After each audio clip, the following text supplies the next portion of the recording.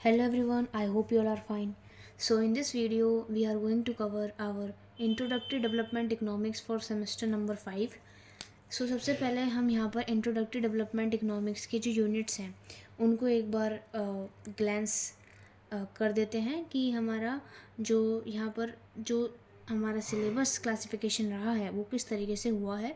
So unit 1 की अगर हम बात करें तो उसमें आपके बेसिकली आपको मोटे मोटे तौर पर 2 चैप्टर पढ़ने हैं। ये वाला जो टेक्निकल नोट्स ऑफ HDI ये जो पार्ट है ये आपका सेकंड चैप्टर का ही है, ठीक है। आई होप ये विजिबल होगा। हाँ, अब विजिबल होगा ये, ठीक है। आई होप कि ये आपको अच्छे से विजिबल हो। सो आपकी जो रेफरेंस बुक रहने वाली है वो है टोडेरो MP एंड स्मिथ, यानी टोडेरो एंड स्मिथ।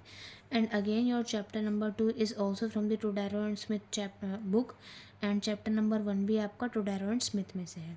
सो इस वीडियो में हम बात करेंगे इंट्रोड्यूसिंग इकोनॉमिक डेवलपमेंट, ठीक है, जिसमें आपका सिलेबस के अंडर एक appendix and case study included नहीं है, ठीक है। So this is all about your classification of the syllabus. Then आपका यूनिट नंबर 2 आता है। यूनिट नंबर 2 में अगेन आपकी जो वो बुक है वो आपका टोडेरो एंड स्मिथ ही है। एंड ऑल्सो अगर मैं इसको आगे देखूँ तो यूनिट नंबर 3 में आपका यही क्लासिफिकेशन हो जाती है, वो होती है स्ट्रेटजी ऑफ इकोनॉमिक डेवलपमेंट। इसमें जो आपके हैं ऑक्सफोर्ड यूनिवर्सिटी प्रेस का आपका पेपर आप मान सकते हो, तो इसमें problem of capital formation in under developed countries. Then दूसरा रेफरेंस रीडिंग है वो है आपका linkages and economic development in rival views of market. ये चैप्टर आपको इस बुक में से पढ़ना है जो आपका रीडिंग्स में ही इंक्लूड होगा। And then again chapter number 6 strategy for economic development, ठीक है, ये भी आपका है। एंड यूनिट नंबर 4 में आपके जो हैं वो डिफरेंट इकोनॉमिस्ट के यूनिवर्सिटी प्रेस में जो भी पेपर्स हैं उनके बेस पे आपके चैप्टर्स हैं। सेन का चैप्टर नंबर 4, रेडी का आपका chapter number 6, and again chapter number 8 Todaro and Smith का चैप्टर नंबर 6, ठीक है। सो इस सिलेबस में मैंने इस सिलेबस की क्लासिफिकेशन जो भी आपको दिखाई है उसमें आपका क्या है कि देयर इज़ स्पेसिफिकली मेंशन्ड कि कौन सा जो आपका चैप्टर है वो आपका इकोनॉमिक्स मेजर या फिर माइनर स्टूडेंट्स के लिए नहीं है, because introductory development economics honours के अलावा economics major and minor students का भी है ये सब्जेक्ट, ठीक है। सो आपका जो भी ये लिखा है जैसे only for economics major and minor, ठीक है। सो जैसे आपको अगर आप मेजर एंड माइनर से बिलोंग करते हो तो आपको ये भी HDI का ये पढ़ना है, आपको टेक्निकल नोट्स नहीं पढ़ना, आपको ये वाला पार्ट पढ़ना है, ठीक है। And again if there is nothing mention in the units like wise, जैसे आपका चैप्टर नंबर 1 चैप्टर नंबर 2 में कुछ भी मैंशन नहीं है स्पेशली मेजर के लिए माइनर के लिए, सो वो जो एप्लीकेबल होगा वो सिलेबस वो दोनों ही स्ट्रीम्स के लिए होगा, चाहे वो ऑनर्स स्टूडेंट हो या फिर वो मेजर या माइनर के स्टूडेंट्स हों, ठीक है। सो अपेंडिक्स नॉट इंक्लूडेड है तो इसका मतलब वो मेजर स्टूडेंट्स और माइनर स्टूडेंट्स के लिए ही नहीं बल्कि ऑनर स्टूडेंट के लिए भी नॉट इंक्लूडेड रहेगा, ठीक है। सो इस तरीके से हमारा आपका जो ये पूरा चैप्टर का है, पूरा जो सिलेबस है उसका क्लासिफिकेशन रहता है। Now moving forward to your unit number 1 chapter number 1 जो आज हम इसी वीडियो में कवर करेंगे। सो हमारा चैप्टर का नाम है introducing economic development a global prospective. सो आज हम इस पूरे चैप्टर के बारे में बात करेंगे बिल्कुल शॉर्ट फॉर्म में, बिकॉज देर इस रीडिंग में जो आपका ये सब्जेक्ट है इसमें जो रीडिंग्स आपकी हैं उसमें बहुत सारी चीज़ें ऐसी भी हैं जो आपको इग्नोर करनी है। So the target study will be the major concern for this subject, because हमें थोड़ा सा टाइम इसको जो है वो ज़्यादा नहीं देना है एज इसके जो चैप्टर्स हैं वो बहुत ज़्यादा लेंदी हैं। So it will be beneficial for you to cover the chapters from these one shots that I am covering and make your own notes on the basis of that. And if you are not able to make the notes then you can get the material package of this particular subject. I have created the material package of this particular subject and I have also posted the sample notes on my WhatsApp channel, so you can also refer the sample notes in the PDF format for this chapter. मैंने इस chapter के PDF notes की form में एक बिल्कुल comprehensive notes जो भी आपको इंपॉर्टेंट चीज़ें पढ़नी है इसमें जो एग्ज़ाम पॉइंट ऑफ व्यू से हैं वो मैंने सारे इंक्लूड की हुई हैं उन नोट्स में। सो आप जाके उन नोट्स को एक्सेस कर सकते हो। सिंपली आपको क्या करना करना है, आपको व्हाट्सएप चैनल लिंक मिल जाएगा डिस्क्रिप्शन में, उसका आपको क्लिक करना है। देन अगेन जो PDF है वो आपको यहाँ पर मिल जाएगी उस व्हाट्सएप चैनल पे। Okay, so now starting this. So सबसे पहले तो introducing economic development a global perspective. हम इकोनॉमिक डेवलपमेंट पढ़ रहे हैं, तो सबसे पहला जो क्वेश्चन मेरा आता है जो इस कंटेक्स्ट से परे है, but that is also essential for you to understand what is the difference between the economic development and economic growth. So आपने आप इकोनॉमिक्स स्टूडेंट हो, आपने पढ़ा तो होगा ही कि जो डेवलपमेंट है एंड ग्रोथ है, these two are different things. ठीक है, we can not use the development and the growth terms simultaneously. ठीक है, सो ग्रोथ का मतलब होता है बेसिकली GDP में इंक्रीज़ होना या फिर पर कैपिटा इनकम में इंक्रीज़ हो जाना। ठीक है, but does the same imply for the development? The answer is no.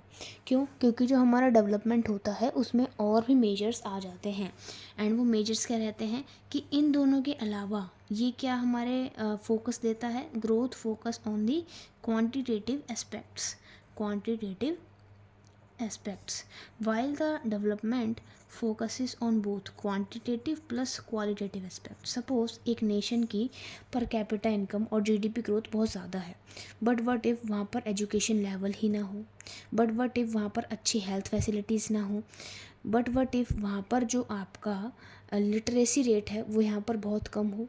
सो इसका मतलब ये है कि only the per capita income और the GDP growth is not the sole parameter for considering a nation's growth. We have to consider some qualitative elements. For example our health. Okay, for example our health, our education level and our standard of living. So there are some indicators that we have to include in our development, ताकि हम एक broad picture ले सकें कि हाँ हम किस nation को डेवलप कहेंगे। ठीक है, so this is what our development says and this is what our growth says. Okay, so growth ignores all these qualitative elements because it considers only the quantitative aspects which is the total output और the total production done by the sectors in the economy which will basically apprehend to the rise in the per capita income.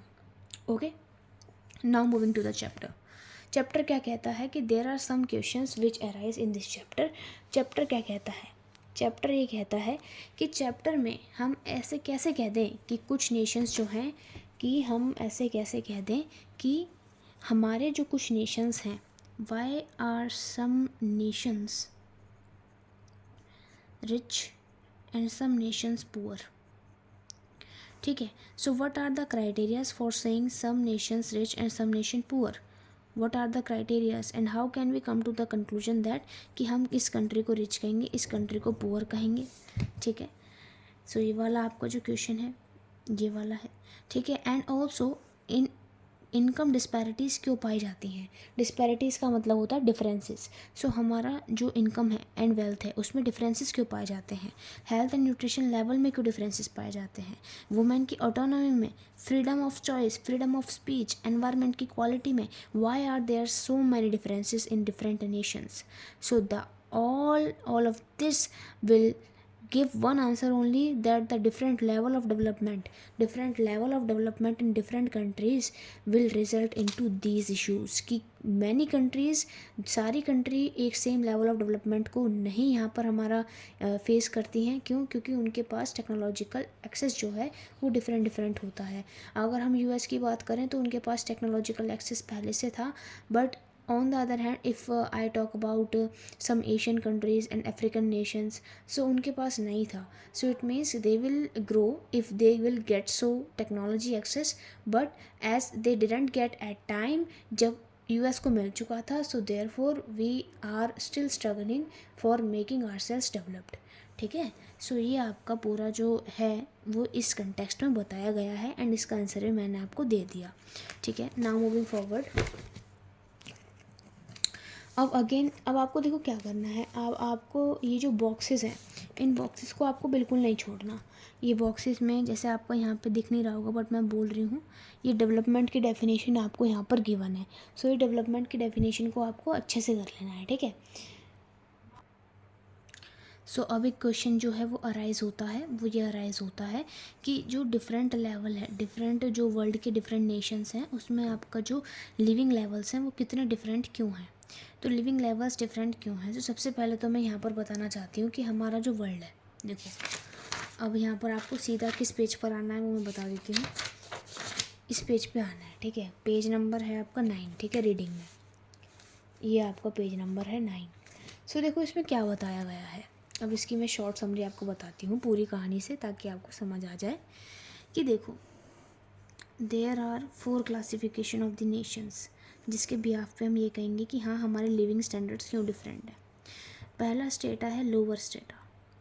Lower strata वो है जो extremely poor है, ठीक है। दूसरा strata है हमारा आप कह सकते हो ये वाला स्टेटा लोअर हो गया तो ये क्या हो गया, रिच और अपर क्लास, अपर क्लास, ठीक है। ये आपका क्या हो गया, मिडल, ये क्या हो गया, अपर मिडल, ठीक है।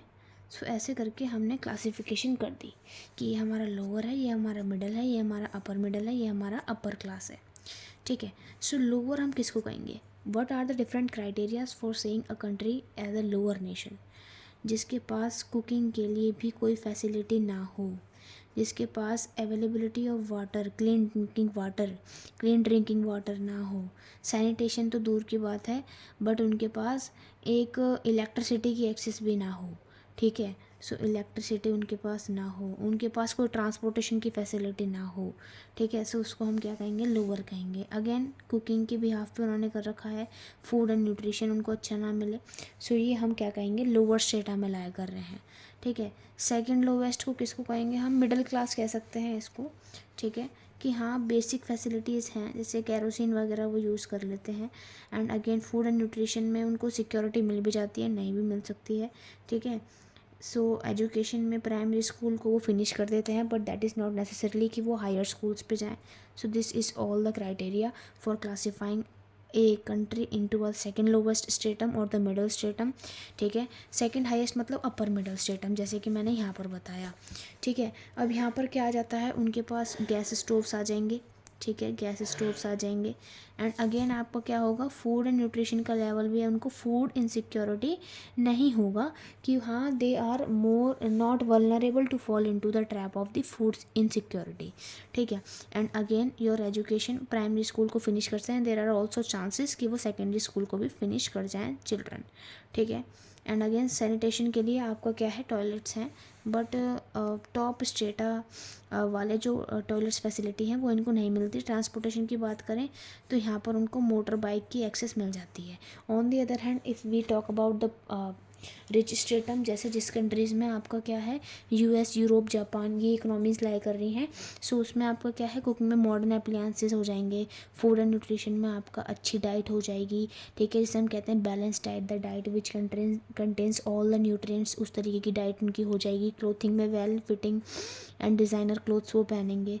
एजुकेशन में वो हाई स्कूलिंग को कंप्लीट करेंगे, पोस्ट सेकेंडरी एजुकेशन भी कंप्लीट करेंगे, ठीक है। फर्निशिंग्स में बात करें तो वेल फर्निश्ड हाउस होंगे, हाउसिंग में भी एक अच्छा जो उनके हाउस का स्ट्रक्चर है वो रहेगा। सैनिटेशन में भी आपका मॉडर्न बाथरूम्स, प्लम्बिंग रहेगा। एंड अगेन एक कार एक एडल्ट के पास होगी, ये होता है डेवलप्ड नेशन। ट्रांसपोर्टेशन की बात करें तो एक कार एक एडल्ट एक अटेन करेगा। सो कौन सी इकनॉमीज हो सकती हैं, यूएस, यूरोप एंड जापान, इसके एग्जाम्पल है। एंड अगेन लोअर स्टेटा की अगर मैं बात करूँ, ठीक है, लोअर स्टेटा की बात करूँ, सो इस इकनॉमी में जो लाई कर सकते हैं वो लाई कर सकते हैं हमारे ईस्ट अफ्रीकन नेशन। सो ईस्ट अफ्रीकन नेशन जो हमारे हो सकते हैं, जैसे हमारा हो गया नाइजीरिया हो गया, ठीक है, नाइजीरिया हो सकता है आपका। एंड अगेन ये सारी नामीबिया हो सकता है। सो ये सारे जो नेशंस हैं अफ्रीका में, अफ्रीका के मैप पे अगर आप देखेंगे वो सारे जो ईस्ट अफ्रीकन नेशंस हैं वो इसी चीज़ को, सोमालिया है, ठीक है।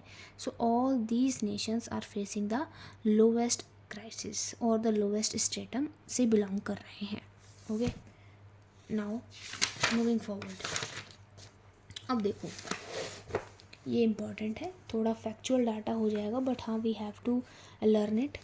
सो क्या है, देखो इसमें बोल रहा है कि according to the world bank की क्लासिफिकेशन मैंने आपको बताई थी, ये वर्ल्ड बैंक की क्लासिफिकेशन है लोअर, यहाँ पे लिख देना lower middle, upper middle and upper class, ठीक है। वर्ल्ड बैंक की क्लासिफिकेशन है।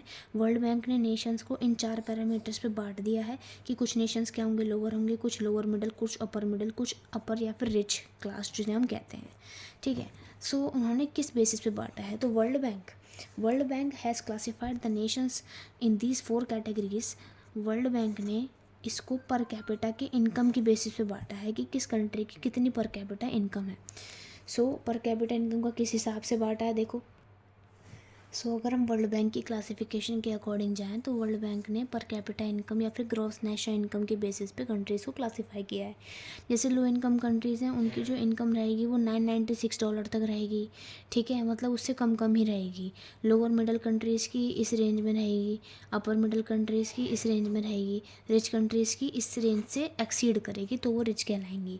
तो इसमें अगेन एग्जांपल जैसे कि मैंने बोला यूएस, जापान, यूके, ठीक है, अगेन, ठीक है। तो पहले क्या था कि China and India were lying in the state of the low income countries, but later क्या हुआ कि उसको हमारा क्या कहते हैं अडेप्ट कर दिया गया एंड वो क्या हो गया हमारा अपर मिडिल कंट्रीज़ में आ गई, ठीक है। China, India, Indonesia which were earlier classified in the lower income countries, now they are classified in the upper middle incomes, ठीक है। अपर मिडल तो सबसे पहले कहाँ थी वो लोअर कंट्रीज़ में थी, बट अब वो सबसे पहले वो क्या थी लोअर कंट्रीज़ में थी, देन अभी क्या आ गई हैं वो यहाँ पर वो शिफ्ट कर गई हैं अपर मिडल में, ठीक है।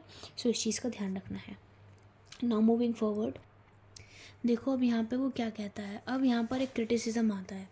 क्रिटिसिज्म क्या आता है, वर्ल्ड बैंक ने बोल तो दिया कि हम नेशंस को पर कैपिटा इनकम के बेस पे क्लासीफाई करेंगे, बट क्या ये वर्थ इट है?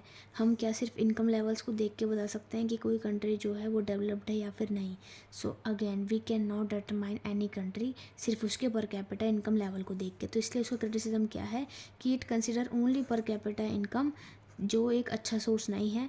Therefore UNDP announced the concept of the HDI, human development index, जिसमें आपका पर कैपिटा इनकम के साथ साथ कुछ क्वालिटेटिव एलिमेंट्स भी आएंगे। एंड वो क्वालिटेटिव एलिमेंट्स कौन कौन से हैं आपके, हेल्थ होगा, एजुकेशन होगा एंड स्टैंडर्ड ऑफ लिविंग होगा, ठीक है।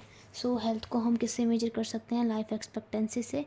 एजुकेशन को हम again expected year of schooling and mean year of schooling से कर सकते हैं, एवरेज ईयर जिसे हम कहते हैं average year of schooling and expected years of schooling, ठीक है। इन 2 क्राइटेरिया से कर सकते हैं। एंड स्टैंडर्ड ऑफ लिविंग को हम किससे कर सकते हैं, हमारी पर कैपिटा इनकम से, ठीक है। सो इस तरीके से हमारा जो HDI का कॉन्सेप्ट है वो हमारा इवॉल्व हुआ। इस कॉन्सेप्ट को हम चैप्टर नंबर 2 में पढ़ेंगे बिल्कुल डीपली, ठीक है। सो इसलिए मैंने यहाँ पर एक ओवरव्यू दे दिया है। अब बात करते हैं हमारा इकोनॉमिक्स एंड डेवलपमेंट स्टडीज़। देखो डेवलपमेंट इकोनॉमिक्स क्या है, डेवलपमेंट इकोनॉमिक्स क्या है, देखो डेवलपमेंट में क्या कर रहे हैं, डेवलपमेंट इकोनॉमिक्स, अगर कोई भी इकोनॉमी है, सपोज इकोनॉमी 1, ठीक है, इकोनॉमी A, वो एक बिल्कुल स्टैगनेंट है, स्टैगनेंट मतलब बिल्कुल ग्रो ही नहीं कर रही है, तो हमने कौन से ऐसे मेजर्स लिए, कौन से ऐसे मेजर्स, एंड वो मेजर्स क्या हो सकते हैं, वो इकोनॉमिक मेजर्स भी हो सकते हैं, वो पॉलिटिकल मेजर्स भी हो सकते हैं, वो सोशल मेजर्स भी हो सकते हैं, एंड अगेन वो कोई जोग्राफिकल मेजर्स भी हो सकते हैं। तो by attaining all these measures हम क्या अटेन कर रहे हैं, हम किसको अटेन कर रहे हैं, ग्रोथ को अटेन कर रहे हैं, and that is your development economics study करता है। डेवलपमेंट इकोनॉमिक्स में सिर्फ इकोनॉमिक्स की बात नहीं होगी, सारे सब्जेक्ट्स की बात की जाएगी, चाहे वो सोशोलॉजी हो, चाहे वो पॉलिटिक्स की बात हो, जोग्राफिकल की फैक्टर्स की बात हो। सो all these factors will be considered in the development economics, ठीक है। सो हमारा यहाँ पे यही है कि development economics incorporates search in the political economy, institutional, behavioural and experimental economics, ठीक है, including the labour, public, urban and agriculture, environmental and international economics, ठीक है। सो देखो पॉलिटिकल इंस्टीट्यूशंस का भी काफ़ी रोल रहता है डेवलपमेंट को अचीव करने में। कैसे रहता है कि देखो पॉलिटिकल मतलब पॉलिसीज़, किसी भी कंट्री को अच्छे से रन करने के लिए वहाँ की पॉलिसीज़ बहुत ज़्यादा नेसेसरी होती हैं। पॉलिटिकल इंस्टीट्यूशंस, वहाँ की formation of the policies, these are the important things and इसको हम इग्नोर नहीं कर सकते। The government intervention in any country is responsible for the growth level of that country. Therefore growth से ही हमारा पहले हमारा जो अचीव रहता है, अचीवमेंट का टारगेट रहता है, वो रहता है ग्रोथ, देन ही हमारा डेवलपमेंट आ पाती है। सो ग्रोथ कैसे आएगी? जब बहुत अच्छी पॉलिसीज़ हमारी फॉर्म हुई हुई होंगी, जो हमारे आपके एनवायरमेंटल डायनेमिक्स के अकॉर्डिंग जो भी स्टेप्स हैं वो अच्छे से लिए हुए होंगे, तभी हमारा गवर्नमेंट इंटरवेंशन एक इफ़ेक्टिव रोल प्ले करेगी। So therefore the development economics which prior focuses on the economical prospect only, but the traditional approach is now replaced by the new approach. तो पहले जो ट्रेडिशनल और क्लासिकल अप्रोच होती थी कि development economics सिर्फ economical prospect के बारे में बात करता था, जो इकोनॉमिस्ट की पॉलिसी होती थी, बट अभी यहाँ पर क्या हो रहा है, यहाँ पे पॉलिटिक्स की बात हो रही है, सोशल की बात भी हो रही है, जोग्राफिकल भी बात भी हो रही है। सारे जो डोमेन है उनको हम यहाँ पर कंसिडर करके चल रहे हैं इन डेवलपमेंट इकोनॉमिक्स। ठीक है, सो यही आपका इस पूरे पेज पे आपको गिवन है, आप इस पूरे पेज को जाके पढ़ सकते हैं। अब हमारा एक इम्पॉर्टेंट टॉपिक आता है जो हमारा जेंडर इक्वालिटी को हमारा प्रमोट करता है, वो है central role of women. So for example जैसे कि हम देखते हैं कि वुमेन जो हैं वो मैन से पुअर होती हैं। क्यों होती हैं? क्योंकि they are engaged in the household chores, they are made to rear their children and just do the household chores, not made for earning. So इसकी वजह से उन्हें क्या होना पड़ता है? डिपेंडेंट होना पड़ता है मैन पे। तो जिसकी वजह से उनका जो भी प्रोडक्टिविटी साइकिल होता है वो ब्रेक हो जाता है and generation to generation poverty pass on होती रहती है। ठीक है, चिल्ड्रन को एक अच्छे हेल्थ एंड एजुकेशन की ज़रूरत होती है, एंड डेवलपिंग कंट्रीज़ में तो ऐसे होता है, चिल्ड्रन को एक अच्छे, अगर उन्हें अपने चिल्ड्रन को अपना अच्छे हेल्थ एंड एजुकेशन फैसिलिटी देनी होती है, then they are whole responsible for this thing.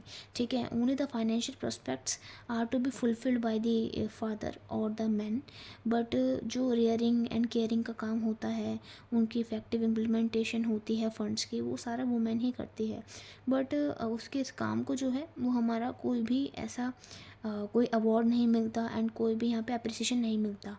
And appreciation तो दूर की बात है, but this the thinking of कि वुमेन जो है वो यहाँ पर अर्निंग एंड हमारा इकोनॉमी को कंट्रीब्यूट नहीं कर सकती हैं, so that thinking also passes from generation to generation in the developing country and mostly in the rural areas. ठीक है, सो इसलिए एक बिग इम्पैक्ट को बनाने के लिए इन अ डेवलपमेंट, ताकि वो यहाँ पर डेवलप इकोनॉमी में हमारा हिस्सा बन सके, तो उसके लिए हम उनको एम्पावर करना है, उन पे इन्वेस्ट करना है। उसके लिए मेजर्स भी काफ़ी हैं, लाइक एग्जांपल हमारा सेल्फ हेल्प ग्रुप्स हैं। ठीक है, सो इसको मेजरली जो वुमेन है वो ओन करती हैं। Okay, and in the rural areas ये हमारे इनिशिएटिव्स लिए जाते हैं, also in the urban, but rural में काफ़ी ज़्यादा ये फेमस है। ठीक है, एंड अगेन अगर हम इंस्टीट्यूशंस की बात करें तो there are also many NGOs, ठीक है, who are working for the women empowerment, women equality. ठीक है, so yes, there is a need to bring the major changes in the social structure, social mindset में लाने की ज़रूरत है। popular attitude का मतलब है people के attitude में, कि people की thinking towards women बदले, ये लाने की ज़रूरत है। and again the economic growth की acceleration करने की ज़रूरत है। ठीक है, so this is all about our central role of women। ठीक है, सो अब हमारा यहाँ पर जो आता है वो आता है काफ़ी इम्पोर्टेंट, जो आपका एस्पेक्ट रहता है वो होता है अमर्त्य सेन की कैपेबिलिटी अप्रोच। सो अब हमारा एक बहुत इम्पॉर्टेंट पार्ट आता है, वो है आपकी सेन की कैपेबिलिटी अप्रोच। सो सेन अपनी कैपेबिलिटी अप्रोच में क्या कहते हैं? सो ये इस चैप्टर का मेन जो है वो लास्ट पार्ट ही रहता है, क्योंकि उसके बाद तो आपके सस्टेनेबल डेवलपमेंट गोल्स आ जाते हैं। ठीक है, सो अभी हम इस पार्ट को बहुत अच्छे से कवर करेंगे। सो सबसे पहले कैपेबिलिटी अप्रोच क्या कहती है? अमर्त्य सेन ने ये आर्ग्यू करा था कि जो पॉवर्टी है, जो भी रिसोर्सेज एक पुअर पीपल के पास हैं, that totally depends on that poor people, कि वो उसको किस तरीके से यूटिलाइज़ करता है, किस तरीके से वो उसको अच्छी तरीके से कंज्यूम कर सकता है। ठीक है, what matters for a well being is not just the characteristic of the commodity consume, but what the consumer can use. मतलब सपोज करो आपके पास 10 रुपये हैं एज अ रिसोर्स, एंड उस 10 रुपये को आप कैसे, आप हाउ उसको यूटिलाइज़ कर सकते हो, ठीक है, हाउ यूटिलाइज़, किस तरीके से आप उसे यूटिलाइज़ कर सकते हो, यही आपकी कैपेबिलिटी अप्रोच दर्शाती है कि इस 10 रुपये में आप मैक्सिमम एंड एफिशिएंसी कैसे गेन कर सकते हो, ठीक है, यही आपकी कैपेबिलिटी अप्रोच है। चाहे आपके पास लिमिटेड रिसोर्सेज ही क्यों ना हो, but you have to get best out of it. Okay, so अब इसमें क्या कहता है, अब जो सेन है वो फंक्शनिंग्स पे ध्यान देते हैं, मतलब वो एक तरीके से अगर मैं लेम लैंग्वेज में कहूँ तो वो सोचने पे नहीं, वो करने पे ध्यान देते हैं, मतलब they believe, he believes in कर्म, ठीक है। सो जैसे फंक्शनिंग क्या है, व्हाट पीपल डू और कैन डू, मतलब जो लोग करते हैं और कर भी सकते हैं अपनी कॉमोडिटीज़ से जिनकी पर्टिकुलर करेक्टरिस्टिक है। लाइकवाइज एक जो 10 रुपये का नोट है, एक 10 रुपी नोट आपका एक पेन भी खरीद सकता है, 2 पेंसिल्स भी आ सकती हैं, एंड अगेन आपका 10 टॉफ़ीज़ भी आ सकते हैं। तो how are you going to utilise it, ठीक है, this resource contain many characteristic, but how the effective utilization can be done if you have, or if you have possession of that 10 rupee note, ठीक है। So if you possess something, if you possess some resource, so आप किस तरीके से उस commodity को effective utilise कर सकते हो, ठीक है। So Sen identify 5 sources of disparities, 5 sources of differences.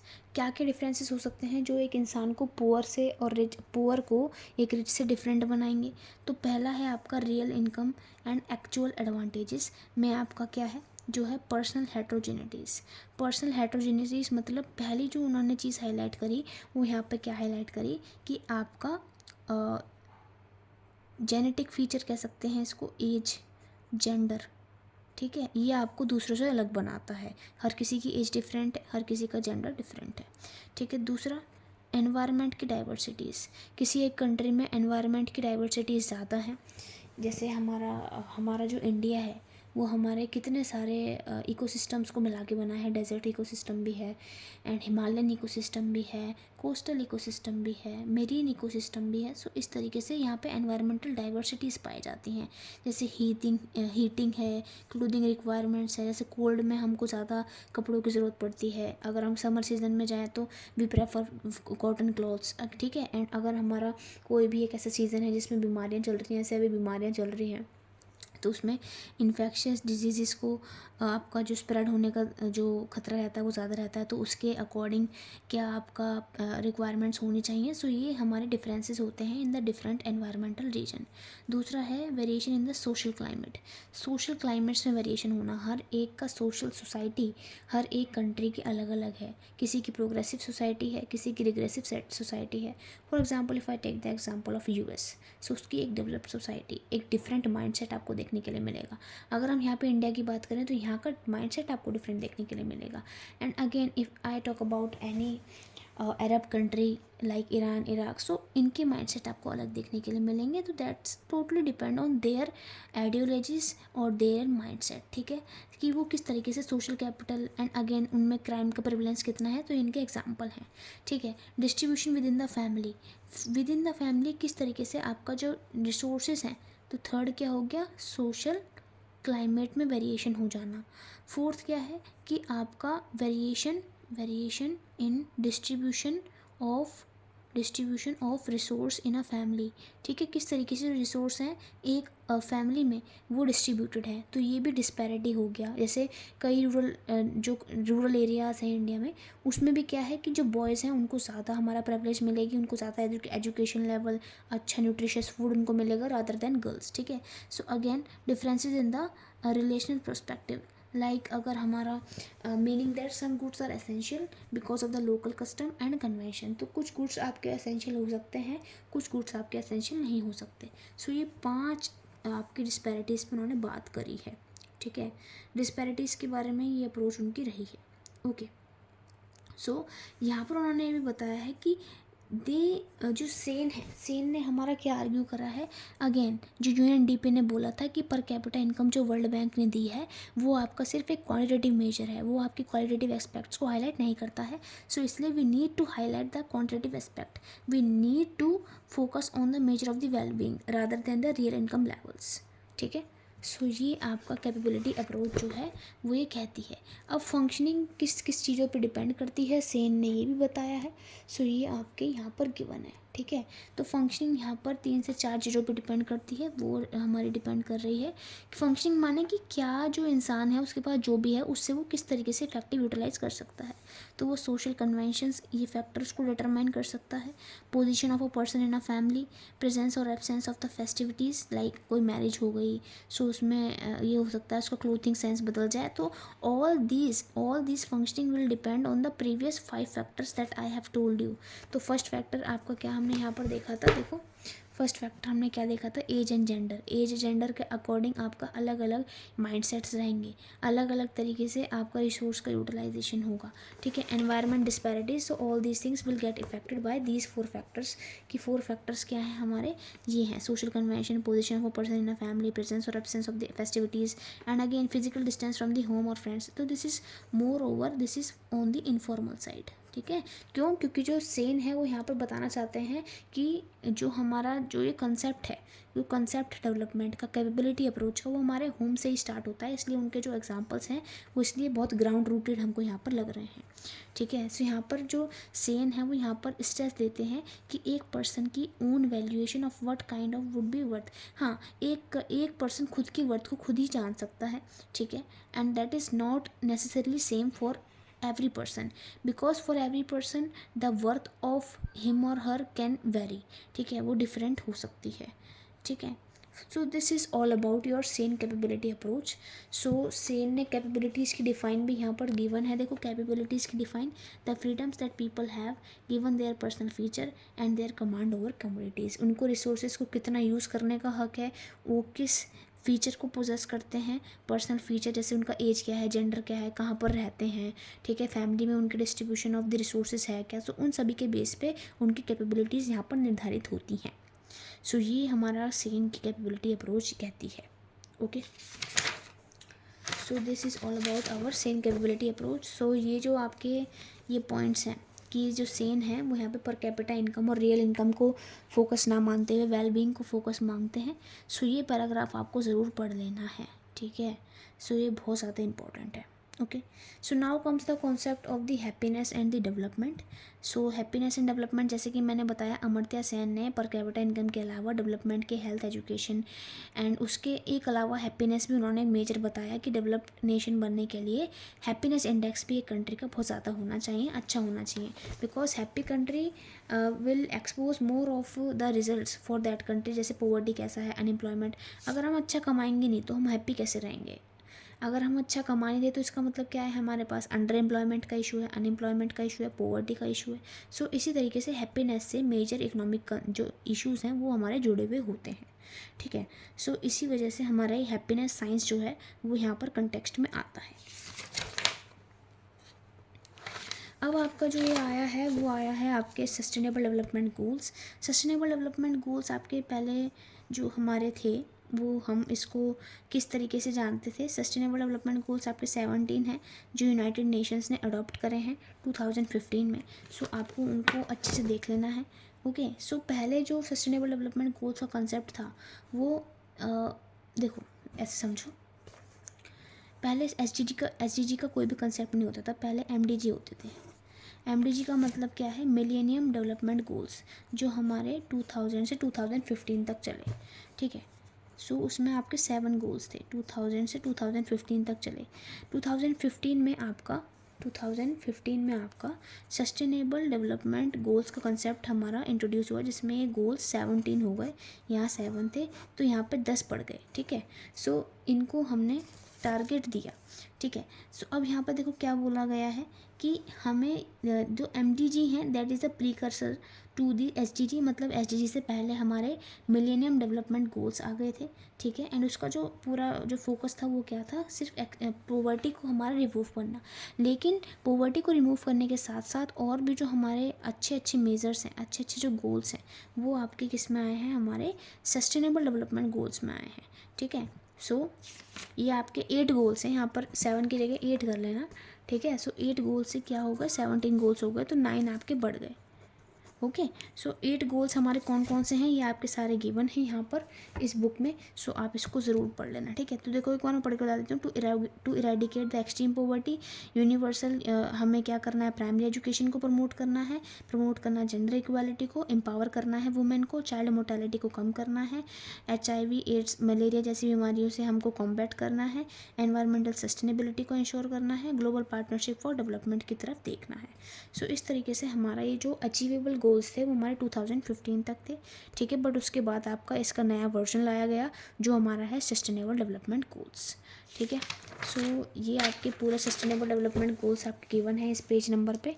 ये आपका 17 पेज नंबर है, देख सकते हैं आप, ठीक है। So this is all about this chapter. I hope you like this lecture, and if you like this lecture then do share this video to your friends and subscribe my channel for these type of videos.